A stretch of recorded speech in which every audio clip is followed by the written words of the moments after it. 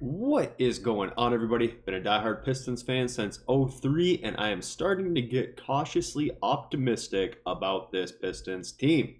In this video today, we are going to do our due diligence and give JB Bickerstaff his flowers.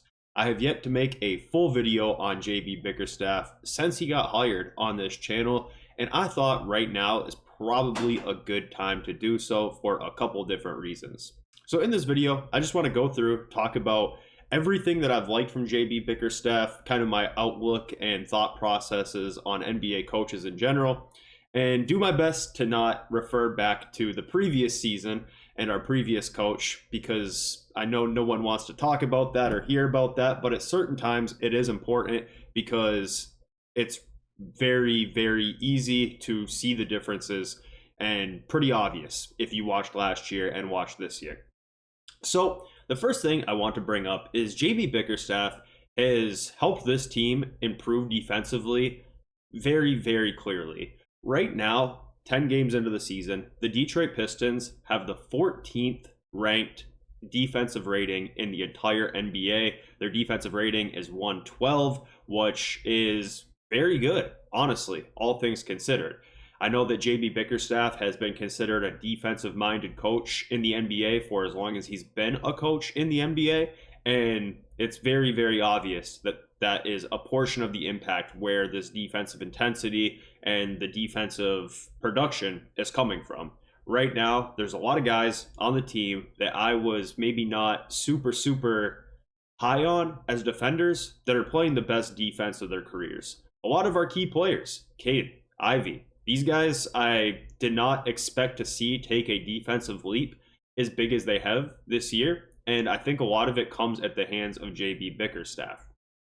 Now, I've always said for as long as I've watched the NBA for all these years that I think fans sometimes assume that coaches have certain impacts on certain things that they maybe do and maybe do not. I've always said that it's very hard to evaluate coaching in the NBA because we're not in the locker room. We don't know what the game plan is. We don't know what is being said, what is being taught, what is being instructed. All we can do is watch the production on the floor and then make our best guess.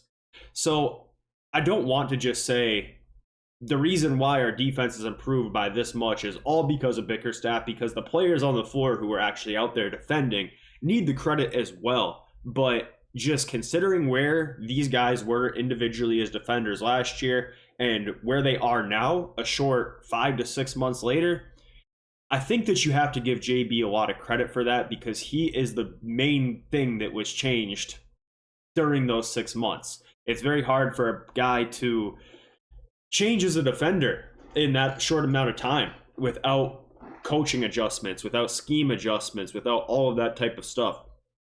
And it's even been fun for me to watch these guys like Cade and Ivy take on stronger defensive assignments than they have in previous years as well.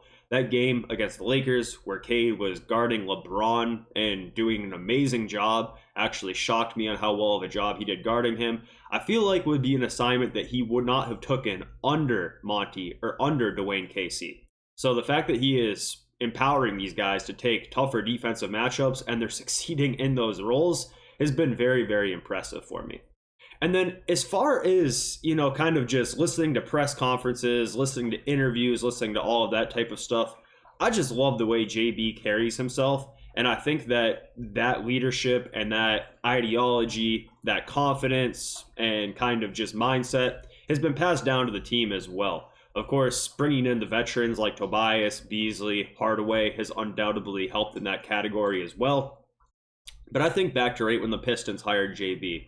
He went on a podcast with Richard Jefferson, and instantly, I just felt like he had a good outlook from a mental standpoint. He seemed very down to earth and very, very, I don't know how to put this, but realistic about the situation he was coming into, and his expectations and mindset seemed to be in the right place, and it came from a very genuine and honest perspective, it felt like. When he was talking about the team, he knew that it wasn't going to be overnight where he could come in and flip a switch and make this team a contender. But what he wanted to do was make this team or help this team be competitive every night, establish an identity, and build a brand of basketball that they could hang their hat on. And it's really felt like he has been able to do that. I know that in the press conferences after the game, he seems very engaged. He seems excited and happy, but also willing to talk about the mistakes and all of that type of stuff. And during the games, you can see that he's engaged there as well. All the time, he is up, getting on the refs, but not getting teched up, which is great. He's always talking to the refs in what seems to be a respectful manner, but enough to let them know what is up and what he wants to be called. But I don't think he's got a tech all season, even though he's always engaging with the refs, which seems to be a perfect happy medium from my point of view. I've just been really impressed with JB Bickerstaff. Like I mentioned earlier, I'm not the type of guy to give all the credit to the coach when things go right and all the blame to the coach when things go wrong. I know that it's impossible to get a really good evaluation on an NBA coaching staff from the couch. If you're not in the locker room, you're not hearing what's being taught, what's being instructed. It's really hard to get a kind of pulse on exactly everything that's going down. But from the outside, looking in, I could not be happier with what JB is bringing to this team from a defensive aspect, from a mental aspect, and everything in between.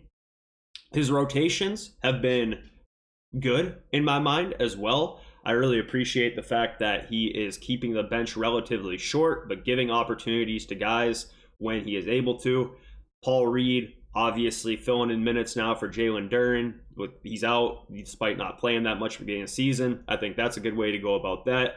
I love the fact that Cade and Ivy are getting staggered. I know a few games back it was like 97% of Pistons possessions, either Cade or Ivy has been on the floor at all times. That is something he talked about before the season even started, mentioning that he wanted to keep one of his dynamic players, which, reading between the lines, was Cade and Ivy, on the floor at all times.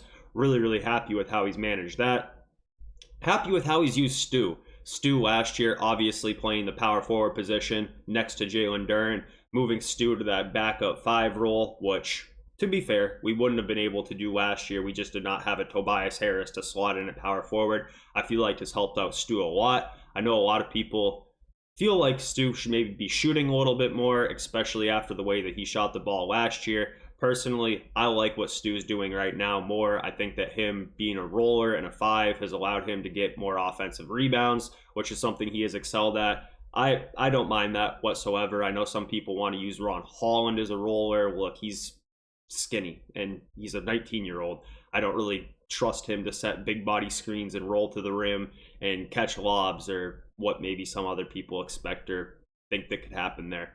So really like how he's handled the rotations as well. I probably should have led with that because I know a lot of people are interested in that from a coaching perspective, but happy with it. The one thing I will say is that, man, sometimes towards the end of the games, he does not get his closing lineup in there until what feels like might be too late. He lets some of the bench guys stay on the floor until there's 5, 4, 3 minutes left in the game sometimes in close games, which does make me a little bit uneasy, but it's worked. And I think that he's probably right for doing that. So overall, I've been super happy with JB Bickerstaff.